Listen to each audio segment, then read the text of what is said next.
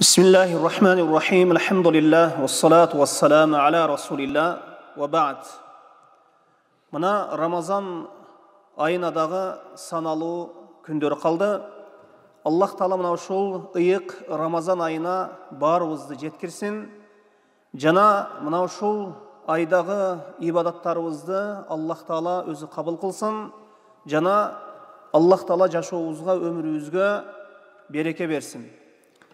Бүгінгі баянымызда Рамазанды қандай күтіп алабыз, жана Рамазан айыны күтіп алу үшін 10 осият, насаат, 10 насиха, 10 насаатты айтып өтсем. Бірінші осият, бірінші насаат осият Рамазан айына сақ, саламат авалда, аман бір авалда, сақ саламат авалда жетіп алуыны Аллах Тааладан сұрау. Бұл бірінші осият болады. Анткени Рамазан айыны оразасын, 5 вақ намазды, жана башка ибадаттарды аткаруу үчүн инсанда сақ саламаттық болса, инсан көптөгөн жакшылыктарга жетишет. Анас ибн Малик радияллаху анхудан риwayat кылынган хадисте пайгамбарыбыз саллаллаху алейхи ва саллям Рамазанга жеткирүүсүн сурап, Аллах Таалага дуа кылган экен. Аллахумма барик лана фир Раджаб ва Шаъбан ва баллигна Рамадан деп пайгамбарыбыз саллаллаху алейхи ва саллям дуа кылган экен. O Allah'ım bizge Racab jana Şaban'da bereke bergin, jana bizde Ramazan ayına jetkirgin dep Peygamberimiz sallallahu aleyhi ve sellem mına şunday dua kılууну үйrөткөн экен. Өткөн салихиндер Рамазандан алдын bizde Ramazanга jetkirgin dep дуа кылышкан экен. Жана Рамазандан кийин болсо биздин ошол Рамазандагы ибадаттарыбызды, туткан оразабызды kabul kılgın dep ötkön salihinder daima dua menen жүрүшкөн экен. Бул биринчи насаат, биринчи осият Рамазанга жеткирүүнү, ошол жетүүнү Аллах Тааладан сурап дуа кылуубуз керек экен. Анткени баарыбызга бул жашоодогу ар бир нерсе сабак. Кээ бир адамдар бар, эми кебирлерибиздин жакындарыбыз, кебирлерибиздин досторубуз жана кебир адамдар бир Рамазандан бир Рамазанга барбы же жокпу? Бир Рамазандан бир Рамазанга жашайбызбы, жашабайбызбы? Эч ким өзүнө 100% гарантия бере албайт. Рамазан мына келе жаткан, мына эми кирет, мына жакын калды дегенде кебир адамдар Рамазанга жетпей бул дүйнөдөн өтүп кетет. Мына ошондуктан Рамазанга жетип баруубуздагы бул өтө бир чоң бир неемат, өтө бир чоң бир жакшылык. Экинчи насаат берекелүү Рамазан айына жетип алганыбызга Аллахка көптөгөн мактоолорду айтуубуз керек экен. Имам Навауи рахимахулла өзүнүн Ал-Азкар деген китебинде ким бир ачык бир неематка жетишсе, ким бир жакшы бир неемат, жакшылык бир насип кылган болсо бир адамга, же бир баледен кутулган болсо, Аллах Таалага шүгүр келтирип сажда кылышы, же Аллахка лайык болгон абалда мактоолорду айтуусу мустахаб деп айткан экен. Рамазан айына жетип баруубуз, Рамазан айынын оразасын кармообуздагы өтө бир чоң бир неемат. Мына ошондуктан Алхамдулиллахи хамдан касиран кама янбагhi ли жалали важхик ва азима султаних деген дуаларды айтсак, сүннөткө ылайык иш туткан болот экенбиз. Бул экинчи насаат. Үчүнчү насаат, үчүнчү осият мусулман киши Рамазан айынын кирип келүүсү менен сүйүнүч жүрөгүндө пайда болуш керек. Жүзүндө, көзүндө сүйүнүч, кубаныч пайда болуш керек. Сүйүнүш керек. Рамазан кирип келсе сүйүнүш керек. Кубаныч керек. Анан Рамазан кирип келсе, анан аны bir kudum bir türmöge kirgендей, türmöge kirip жаткандай өзүн инсан сезбеш керек. Бул момун мусулманга жарашпаган bir sıfat. Мусулман киши Рамазан айы кирип келсе сүйүнөт, кубанат. Мына пайгамбарыбыз саллаллаху алейхи ва саллям өзүнүн хадисинде айтат, мына Рамазан айы кирди. Рамазан бул берекелүү ай. Анда мына ушул айда орозо тутууну Аллах силерге парз кылды. Бул айда беш эшиктери ачылат, тозок эшиктери жабылат деп мына имам Ахмад риваят кылган, рахимахулла риваят кылган хадисте айтылган экен.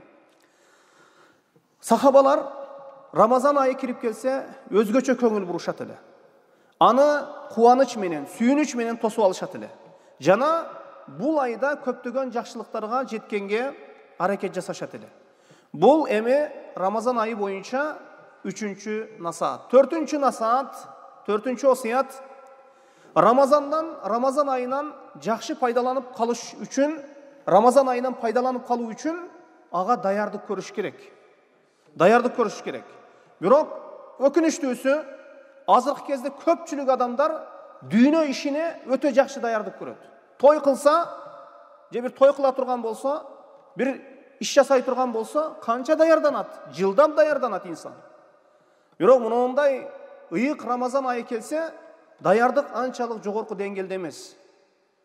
Бул Рамазан айы кирип келишинен алдын, бул Рамазан айына кадимкидей даярдык көрүүбүз керек экен. Бул дагы момун мусулмандын жакшы бир сыпатынан экен.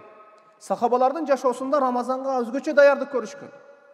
Мына мечиттерди тазалап, мечиттерди ошол даяр бир абалга келтирип, мына ушундай иштерди жасоо, инсан жакшы бир абалда Рамазан айын күтүп алуусу бул жакшылык экен. Ошондуктан дүйнө ишибизге кандай көңүл бурабыз? Дал ошондой эле андан дагы жакшы Рамазанга бир даярдык менен күтүп алышыбыз керек экен. Рамазан айыны жакшы бир даярданыш керек мусулман киши. Ошол даярдыгы мечитте дагы көрүнүш керек, үй бүлөсүдө дагы көрүнүш керек, көчөдө дагы көрүнүш керек. Жана ошондой эле Рамазан айынын күнүн, күндүзүн ошол ибадат менен, жакшы сөздөр менен, жакшы амалдар менен, жумшактык менен дайым өткөргөнгө аракет жасообуз керек экен. 5-чи насаат Рамазан айында бир пайдалуу бир мына өтө бир ибадаттын сезону болгондуктан ар бир мүнөтүнү, ар бир саатыны бекер кетирбешибиз керек. Салих амалдар менен, жакшы иштер менен, садакалар менен, жакшы иштер менен толтурганга аракет жасообуз керек экен.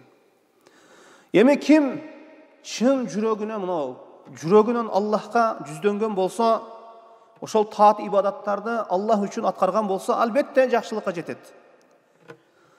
Мына Аллах Таала Мухаммад сүрөсүнүн 21-чи аятында айтат: эгер алар Аллахка иман келтиргенде, ошо иманында раскөй, чынчыл болушса, албетте алар үчүн жакшылык болот дейт Аллах Таала.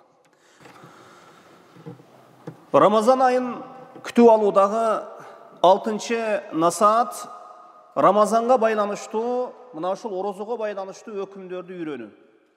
Кандай ошол тутсам, орозо тутсам, Куран сүннөткө ылайык болот, шариятка ылайык болот. Орозону буза турган нерселер, орозону бузбай турган нерселер, мына ушул нерселерди окуп үйрөнүү керек. Инсан билбегенин билгендерден сурообуз керек. Аллах Таала ийик Куранда айтат: силерден билбей тургандар, илими жоктор бир нерсени билбей калса, билгендерден сурасын дейт.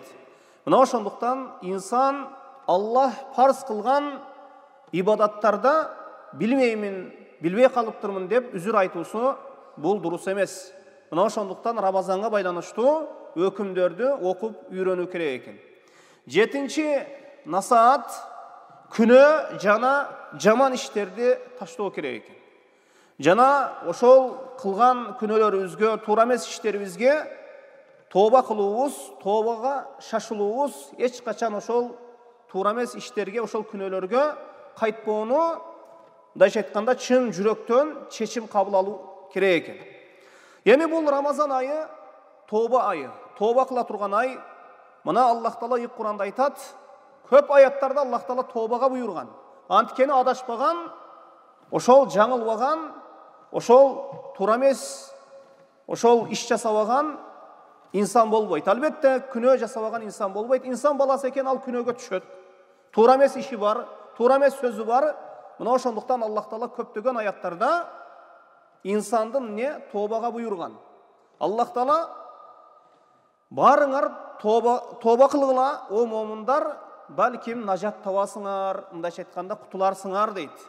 Мына ошондуктан Рамазан айы тоба экен, 7-чи насаат ошол күнөө жаман иштерибизге, ошол туура эмес иштерибизге, күнөө иштерибизге тоба кылып калуу керек экен.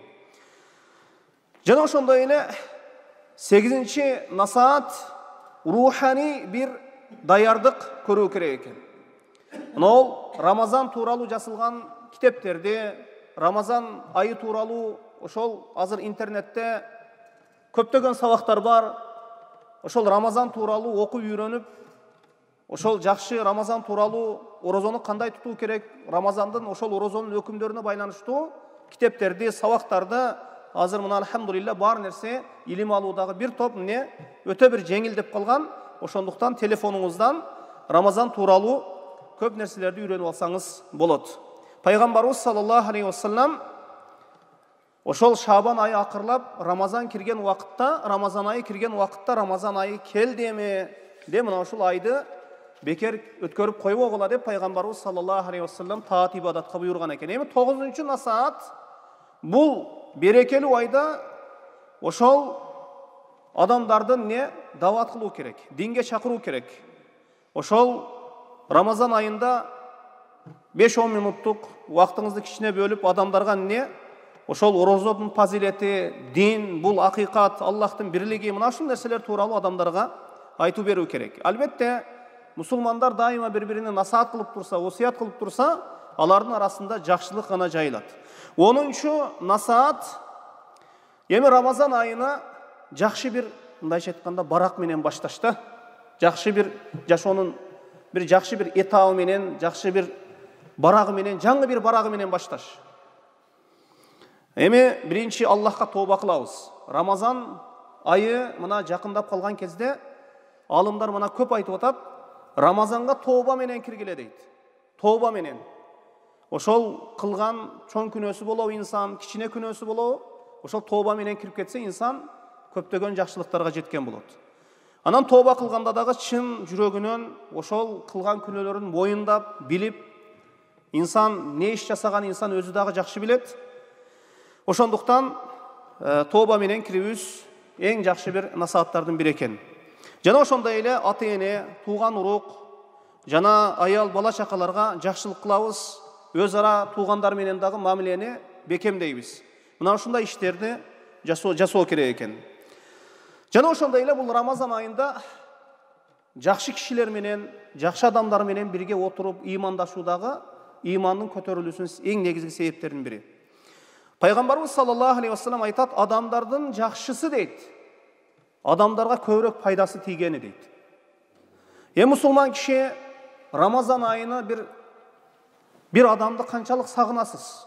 Мисалы үчүн бир адамды, бир жакыныңызды көрбөгөн болсоңуз, же бир балаңызды, же атаңызды, же бир досуңузду канча бир жылдан бери көрбөгөн болсоңуз, дос же бир жакыныңыз менен бир 2-3 айда көрүшө турган болсоңуз, ошо көп жылдан бери көрүшпөй жүрөсүз.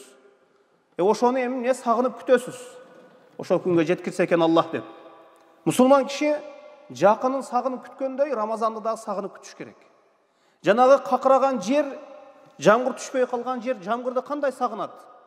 Ошондой сагынып жер, какыраган бир жамгыр түшпөй калган жер, жамгырды сагынган жер, жамгырды сагынган сыяктуу мусулман киши Рамазанды сагынып, жакшы бир кубаныч менен, сүйүнүч менен күтүп алуу керек экен. Мына ушул 10 насаатты иншаллаху таала жакшы билип алдык. Алхамдулилла, эми бул Рамазан айына Аллахка дуа кылып, ушул Рамазан айына жеткирген, ушул айда көп ибадаттарды аткарганга Аллахым мага насип кылгын деп сурообуз дагы бул жакшы бир сүннөт иштерден экен. Аллаху алам. Ва саллаллаху аля Мухаммадин ва алейхи ва сахбихи ва саллам.